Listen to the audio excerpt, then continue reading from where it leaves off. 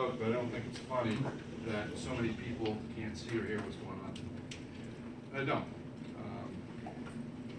So I may rehash some things that have already been said, and I don't apologize. I don't think I will. My friend Bob Holden spoke tonight on a topic dear to his heart, which is his family and athletics and his daughter, and it was important to him. And I don't begrudge that. He's my friend, and he's spoken at nearly every single meeting I've been at in pushing 2 years now, and I haven't missed many here. Right? Maybe I've missed one. 4 board members engaged him in dialogue about that. 4. For 10 minutes. I couldn't hear it, but I knew what was going on. I could see Bob, his head was Bob, and I knew he was talking about sports. All right? Nobody on the board, and I credit the superintendent for speaking with Jack, but nobody on the board has engaged Bob Holden in that fashion on any topic relating to the future of the school district in 2 years. And and I wasn't going to say that, because I didn't know what was going to happen. It made me very unhappy. Very unhappy. What I was going to start with was something on a far more positive level here, and that is on Saturday, GAR hosted the District 8 Speech and Debate Tournament for Pennsylvania High School Speech League. They did a wonderful job. And the teachers, the coaches, the students, the staff, and particularly the parents are to be commended for what they did. That happened at GAR because of parents and because of families supporting their children coming to that tournament, including Bob's daughter. Bob was there. That's why that happened. That happened because it was a community school. It's not valued enough by this board. It frankly isn't. It doesn't happen everywhere else. We're proud of our team at Myers, and we have support from the community at Myers. Sorry, Tim, I'm not sure why that'd be. Well, I think it means I have 5 minutes. And I'm going to take it that way anyway, all right?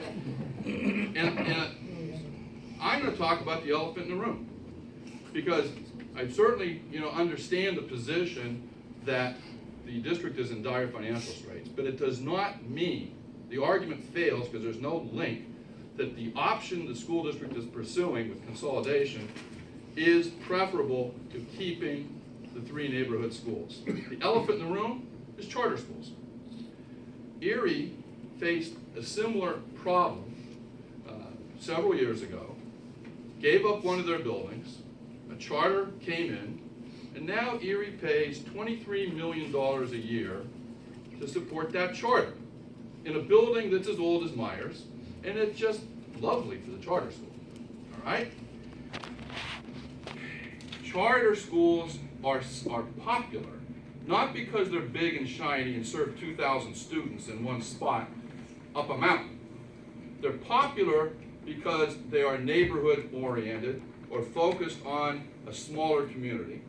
And people, parents, and students will vote with their feet. And if this board doesn't recognize the value of that kind of education and support it, then you're going to preside over the demise of this district. Because charters are not, you don't compete with charter schools by building brand new shiny buildings and consolidating neighborhood schools into a larger school. The facilities issue is demonstrably a false financial issue. If I were to take my house and attempt to put it to 2017 standards and make it like it would be constructed new here, it would cost me 5 times its value. Nobody does that.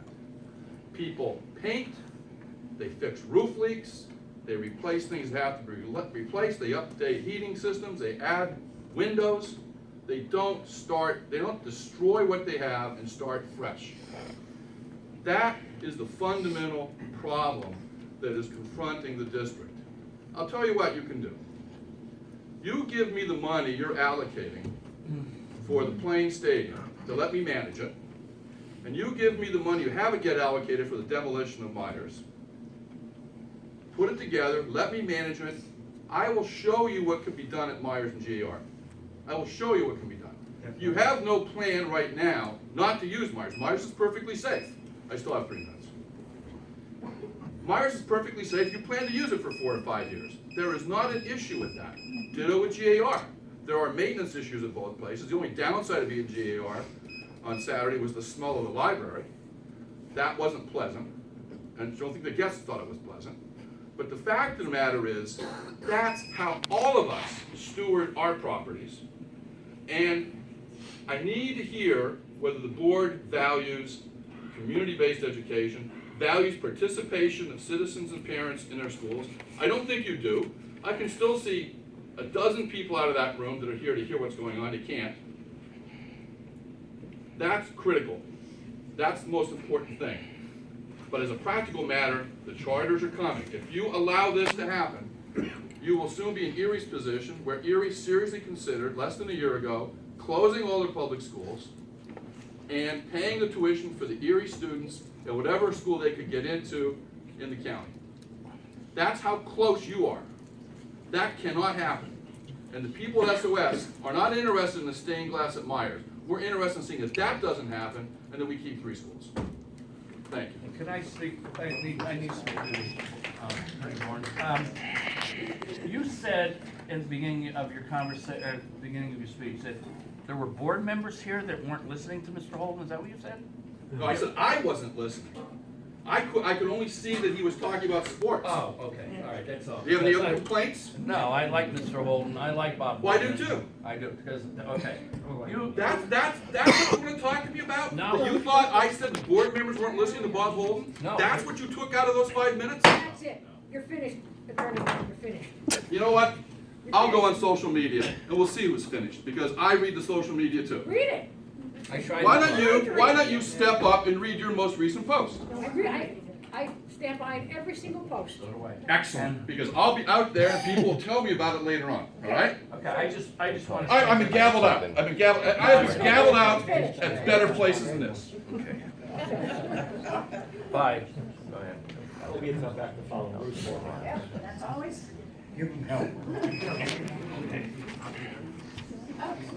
He is a tough act to follow. However, I do have a few things to say.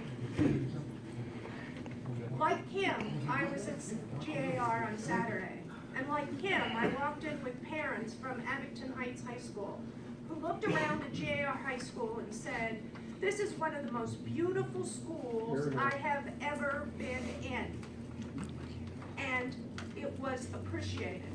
And the families of the students, Ms. Darlene Riley, who was the coach, I was so proud to be there. I was so proud to be there. Now, I didn't see anybody of you there, and I know she did extend an invitation, but watching the JR community put that together warmed my heart, and it was a wonderful day. And as a debater, I believe that I am entitled to, I calculated about 25 minutes for rebuttal, because I do need to rebut Mr. Evans, Mr. Costello, and the gentleman that's arguing about consolidated schools. But what I will tell you is, we believe that it is going to be cheaper for the taxpayers to have neighborhood schools. We believe that you are on the wrong path with what you are doing. And with all due respect, Mr. Costello, I know we sat down, and I'll tell you how I feel when I talk to people on the school board. And I am not a young woman, but I do remember what it was like to be in school. When I had a teacher who would preach at me and not listen to what I had to say. And that's how I feel that SOS is treated. I feel that when we sit down, the only thing that people are interested in doing is telling us what your plans are, what your numbers mean, what the alternatives are. And you are not interested in listening to people who aren't in here because we have anything but love for our community. Most of us do not have relatives that are employed by the school district. Most of us have children that graduated from the high schools themselves, have community contacts. We are interested in doing what is best for this community. We don't want another Erie. And frankly, I think what we need to do is a dialogue. We don't need people, with all due respect, lecturing us anymore. If you truly are interested in what is best for the students in this district, you need to listen. We need to have a dialogue. We don't need to be lectured at. I'm not saying that through talking to each other, through dialogue, is the way that people come up with ideas and solutions that may not be one person's idea or another person or the other side's idea, but is a true mixing of ideas and a resolution of problems. And I'm very frustrated. I've been coming to all the meetings for 2.5 years, and I really believe that things are going the wrong way. We talk about transparency. Let's not kid ourselves. Nothing's been transparent. I don't want to go through all the right to know requests and all the things that we've had to file legally because of the non-transparency of the school board. But I would like to say, I think it's time, after what Kim said about Erie, we believe consolidated school is going to be an increase for taxpayers, and with the threat of what's going to happen with charter schools, you're going to have even a bigger problem. Finally, what I want to say is I do believe that we need to have civility. I'm an older lady. I am not necessarily on Facebook often. I'm on Facebook to see my daughter's friends' pictures and little children and keep in touch with my college roommates. That's why I'm on Facebook. But occasionally I do look at what's going on in the SOS. And Ms. Thomas, I don't know whether you want me to read this, but I read this and I've read some of the other things that the school board members have posted, and I'm ashamed. I'm ashamed that you people are representing us. I would be ashamed for our children to hear this. If my debaters ever put anything like this on any kind of social media, they would be hearing from me. I have this, it's terribly inappropriate. I'm happy to give it to the paper so that it can be out. But please, let's start being at least civil to each other. You know, somebody asked me after Ray and Kim and I have gone to battle at court all these times, how later on we can talk, we ask about families, we can talk about the weather or sports. And it's because when lawyers are on opposite sides, you argue vehemently, you try to resolve problems, but you do not take it personally. And I think that if there's going to be progress here, this kind of inappropriate behavior has to stop. Do I have 20 more minutes? I'm sorry, Ruth. Unfortunately, no.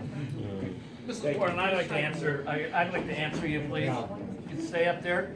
I don't care if you want to, but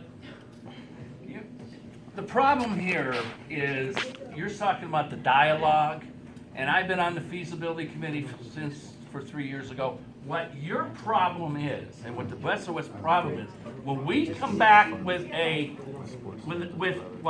we feel, all right? When we come back how we feel, you don't like it. And then you come back and say that we aren't communicating. No, what we come back and say to you, you don't like. And so you want a dialogue. A dialogue is, and you know, as a debate, we're trying to debate our point. You're trying to debate your point, and you don't. Excuse me. Because we have to pay for it. So do I. I live in Wilkes-Barre, so does everybody here, and so does my kids and my grandkids. So what I'm saying to you is that isn't a dialogue, Mrs. Borland. You just don't like what we say. So and when it comes to the board meetings, here, we have been we've only been here twice in the last 2 months. We've been every school. You look back in the last year, it was always here. We have complimented every school. We went to GAR, we went to Myers, we went to Solomon. GAR. Okay, Myers. Wake up. There's nothing I wouldn't want to do. I don't care if Myers, what's the deal? We'll go to Myers. It doesn't matter. But we have gone, and don't say we have not done that. We have met at Solomon. We have, this is rare for us to stay here. So Don't say that. Don't say that. And you're talking, last but not least, you're talking about the charters. You're threatening to destroy. Let me tell you what. Whole mess. Not threatening. You're saying the charter schools will eventually take over. First of all, the people in this area cannot afford a charter school. Has to be started with money. It has to be started with a lot of money. These people in our area are here and just barely make it through. Could I have your attention instead of your laugh, Mrs. Borland? Thank you. But what I'm saying to you is it has to start with a lot of money. You think the people in this area, and it doesn't mean that we're brushing that off, but don't say that that is going to be the end result, because it's not true. You don't like what you hear here. And what I'm saying to you is that's the plan that we have, and that's the plan that we have, that as taxpayers and as elected officials, we are going to go with. And in the deepest part of our hearts, knowing that this is for the kids of this area and the taxpayers of this area, I still sleep at night. Mr. Wendelowski, may I have a minute rebuttal? That's certainly up to the board. Okay. Go right ahead. No problem with me. My rebuttal is, Mr. Evans just demonstrated what I've been saying in my 5 minutes. I received yet another lecture on what I should do, how I should listen from him. And it's a perfect example of what has to stop if we're gonna do the best for this community. That's all I have to say. I have a thing, and I will always defend myself. That's not a rebuttal. Attorney Borland, so I do value community schools. A couple things that happened to me over the last several months. So I coach junior high basketball. You can sit down. I coach junior high basketball, which is a privilege and an honor. I've been doing it since my oldest son was 4 years old, so 17 or 18 years or so. And I thoroughly enjoy being in the gym with those kids. Missy, I had her grandson with me this year. But I see a lot of things while I'm there. So I see kids who are getting to Myers, let's say, for breakfast in the morning. They stay there all day, obviously, and then into the afternoon, and then they come to Kistler to watch either a girls' game or maybe a practice. And then they hit my practice, which is at 7 o'clock at night, till about 8:45, which is the only time and space that we have available to us. So they're in our care, if you will, for almost 12, 13 hours a day, some of these kids. When I leave, they're walking home or waiting for rides, and when I have opportunity, I will also give rides, so on and so forth. But I value that. I've also dropped kids off from buses, and as I'm going about my daily business, I'm watching them walk to their homes or to wherever it is they're going to in the community.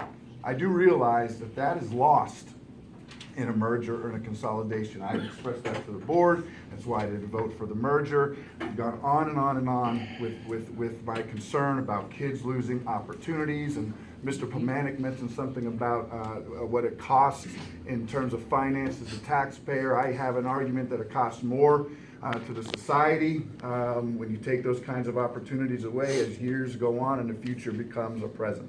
So I do appreciate the neighborhood schools. And I believe that you all understand that. And so to kind of just go back and forth with some dialogue. So I presented a motion last February to phase out a building project, 0 to 4 years, 4 to 8, and 8 to 12. We would handle Coughlin first, then Myers, and then GAR.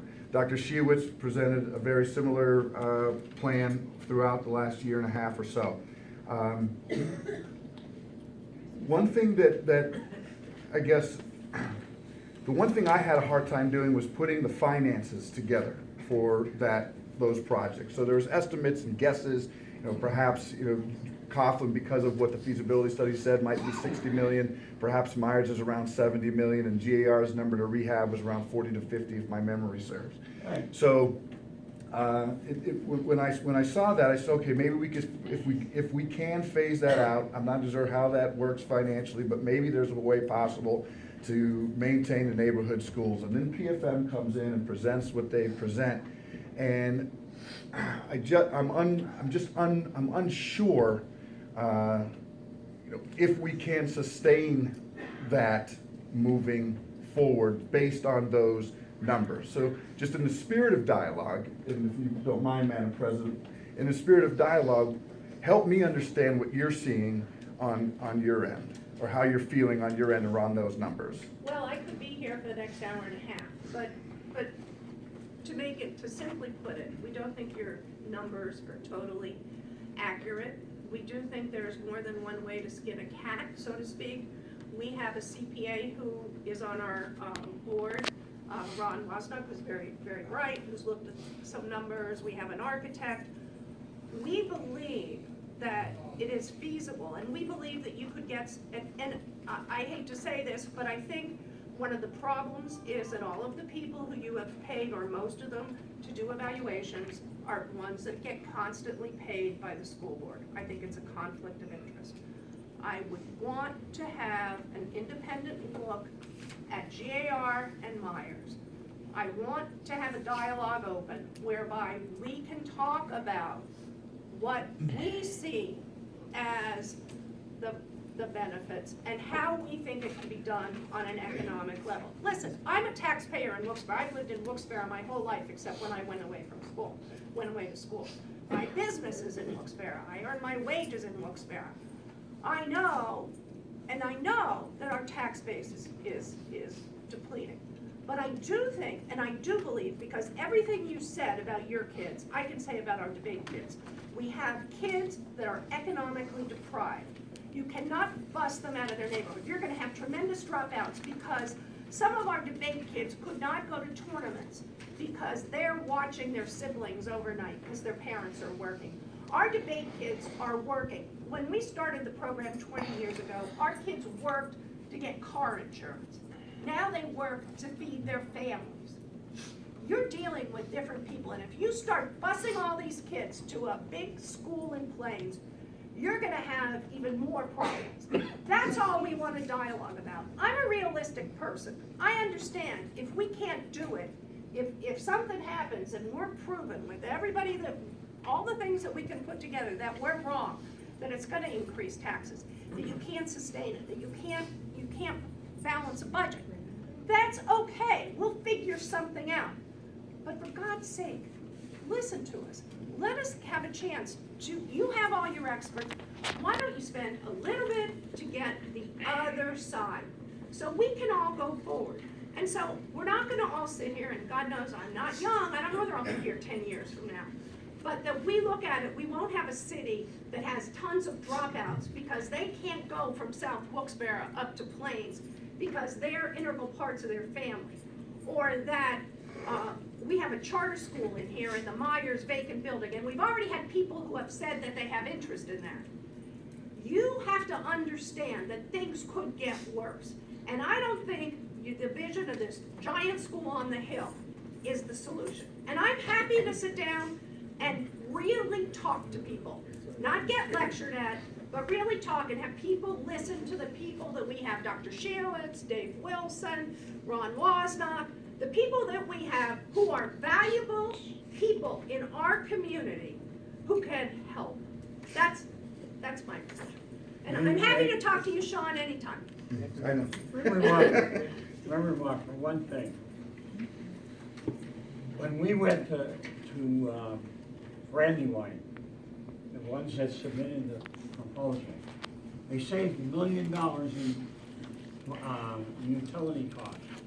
Now, I don't know if Myers and GAR can be rehabbed and a new school built in Plains. I'm saying, I don't think this board has done their homework to say, if this building was energy efficient in January, or GAR was energy efficient, and you didn't have all that fussing, you really need to get the second opinion, and we might be blown out of the water. And as far as, and I want to compliment the superintendent, you have a master plan for finances. I can see that, and for student improvement, so that's good. So let's get this one final piece before we destroy a historical GAR in Myers and, just do what the business thing is the right thing to do.